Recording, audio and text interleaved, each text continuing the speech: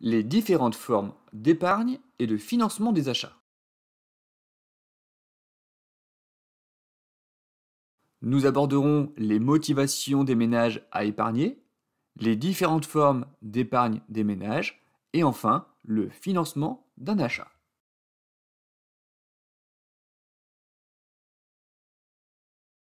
Mais tout d'abord, rappelons ce que signifie l'épargne.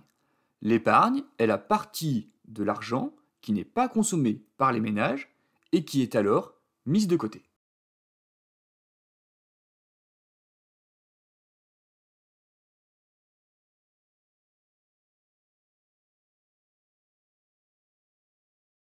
Les motivations à épargner.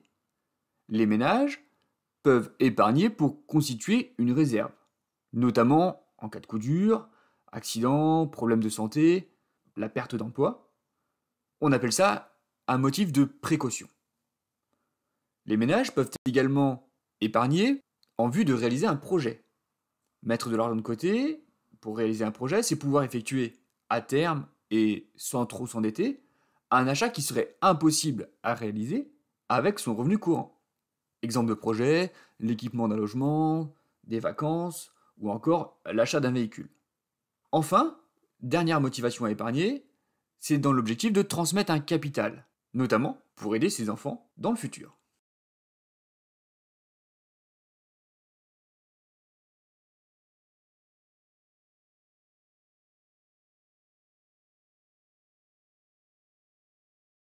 Les formes d'épargne des ménages. On distingue traditionnellement deux formes d'épargne différentes. Tout d'abord, l'épargne financière. Il s'agit pour les ménages de mettre de l'argent de côté sous forme monétaire. Cela va donc regrouper l'ensemble des placements effectués dans des produits bancaires, notamment les livrets A, les livrets développement durable. Cela consiste également à investir sur les marchés financiers en achetant des actions et ou des obligations, et enfin investir dans les contrats d'assurance vie. Deuxième type d'épargne, il s'agit de l'épargne non financière. Il s'agit pour les ménages de mettre de l'argent de côté sous forme non monétaire, en investissant notamment dans des biens immobiliers.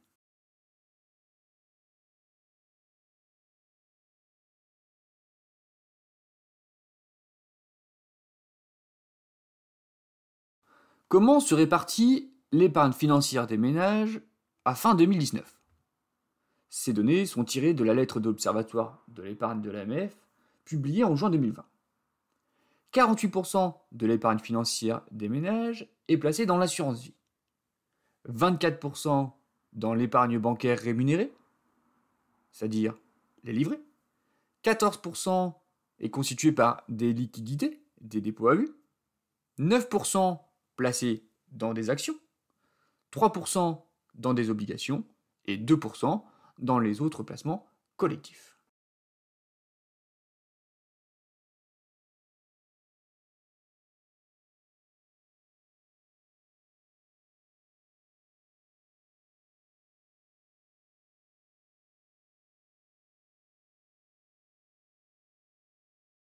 Le financement d'un achat.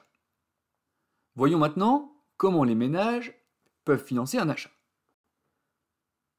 Premièrement, les ménages peuvent financer leur achat au comptant, c'est-à-dire qu'ils vont utiliser leurs revenus disponibles et l'épargne accumulée pour financer entièrement ou partiellement un achat. Ce type de paiement est souvent privilégié pour acquérir des petits biens à la consommation. Deuxième moyen de financement, le financement à crédit.